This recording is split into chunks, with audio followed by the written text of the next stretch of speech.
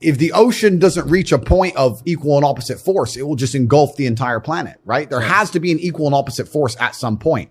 I'm not talking about freeing every single person from the matrix. I'm talking about freeing enough people who are ready to understand how the world really works so that there is an equal and opposite force to the tirade of bullshit, the absolute clown world bullshit they're trying to push on all of us. If nobody stands up to it, we're going to end up just swallowing it all. Yeah. It's garbage. So you need to have an equal army on the other side. Money is certainly related to power, but the true power of the world is influence.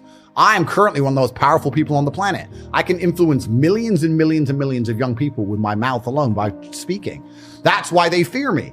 And every single thing that's happening in the world today, whether it's a pitched battle, all of it is done with the goal of exerting influence on your mind. They're trying to control what you think. They're trying to control why you think it, why you believe it. They're trying to convince you that they haven't even put propaganda into your mind. And it's all a battle for influence. That's all this has ever been. Most people are not smart enough. Most people are not intelligent enough to self-analyze and defrag their own brains and understand they're being programmed. You didn't like me, for example. I don't like Andrew Tate. Why? Well, they told me not to like him. Who told me? Well, these people. Do they care about me? No. Most people don't get an opinion and break down where it even comes from. They just get an opinion and they defend it.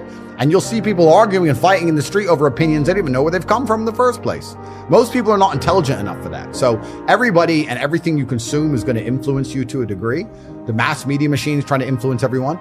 I'm trying to influence everyone. I'm right here trying to influence people. I'll sit here and say, I'm trying to influence people at home. I did not say that girls above a certain age are horrible people. I did not say girls above a certain age are useless. I said girls above a certain age are less attractive than girls who are younger because of innocence. I'm talking about the Western world. And in the Western world, there's no girl at age, 32 in Las Vegas who is pure. Not a single one on the planet. So we can't sit here and apply what I'm talking about for the Western world to the Middle Eastern world. I'm under attack every single day. They're attacking my character. They're attacking my integrity. They're attacking my finances. They're attacking my freedom. They're attacking my companies. Every single day I wake up and there are people on the planet whose goal is to attempt to destroy me. So I am under attacks. I was kind of up and down. I was working in the fish market, but I was still fighting at the same time. I was training. Obviously, I was really young. Started to make a little bit of money fighting, but not much. And then I had different jobs. I sold television advertising and worked for an advertising company, etc. And I had my own business for a while trying to sell TV advertising. And I had a bunch of sales jobs back and forth, worked for car sales. I'd always been doing this and that, going from place to place. Unless it was a sales job, I never really took it that seriously because it was the unlimited commission that I found attractive. But outside of sales jobs, I just did my very best I did a whole bunch of things. It's been an eclectic, long, interesting journey. So I grew up with a bunch of very close Muslim friends, and I've always been not envious, but certainly I've had a large amount of adoration for their respect for their families, respect for their culture, their brotherhood, the way they operate. I've always thought it's a fantastic way to be. God knows the truth of our hearts. So I know that my reversion is sincere. I understand that because I'm in the public eye, there's going to be some degree of people who question it, but I know that mine's completely sincere. And the people who do it in a non-sincere way, God knows the truth, and they're not going to be able to fool him. So good luck. And someone else said to me, they said that it's important that someone like you that has all of the worldly treasures or everything that you could possibly ever wish for in this world still understands the importance of believing in God. I have a very small circle, but every single one of my friends has a utility. Like, we're all very capable individuals. We're all doing very important things. We all help each other and aid each other in different ways. I don't have any friends just to sit around and talk shit and do nothing. I guess in many ways people would say, oh, well, Andrew, you have family and business partners, but I consider them my friends. We have a very small network of 5, maybe 6 people, and yeah, they're my friends.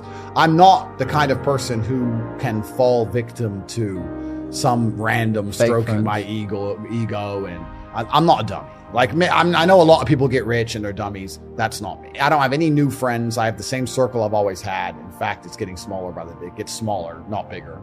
I don't have these random friends I party with, none of this kind of crap. I provide value by default, by being me. That's who I am. If you're going to be my friend, you need to provide some value to my life. Now, a lot of people, when they have friends, the value that's provided by their friend is that their friend makes them laugh or that their friend is funny.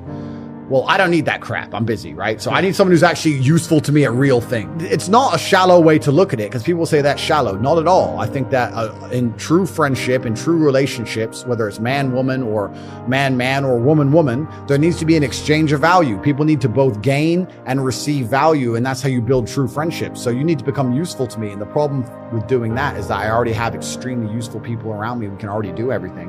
I don't need anybody.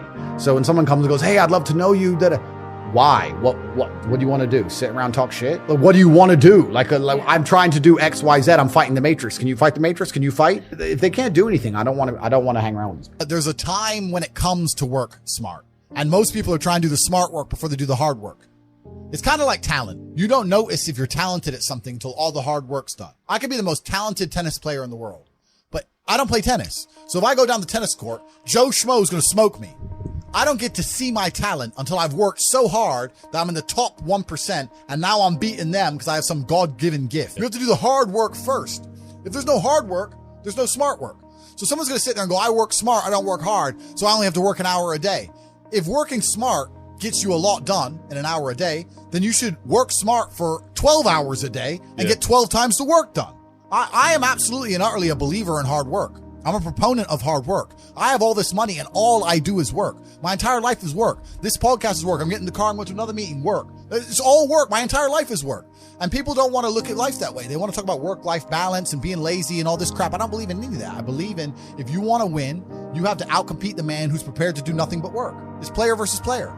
If you're going to sit there and go, I don't want to work more than an hour a day, well, the guy who does want to work more than an hour a day is going to beat you.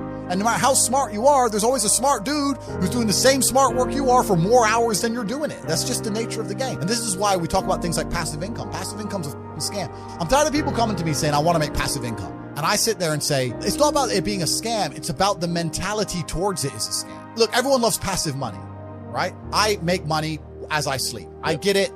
You need to de-link your time to your money, because if you're only working for money, you run out of time, you can't make enough money. I understand all those principles. My point is, if you have no money and you're coming to me saying, I want to make passive income, why are you not making active income? Get up off your ass and work first.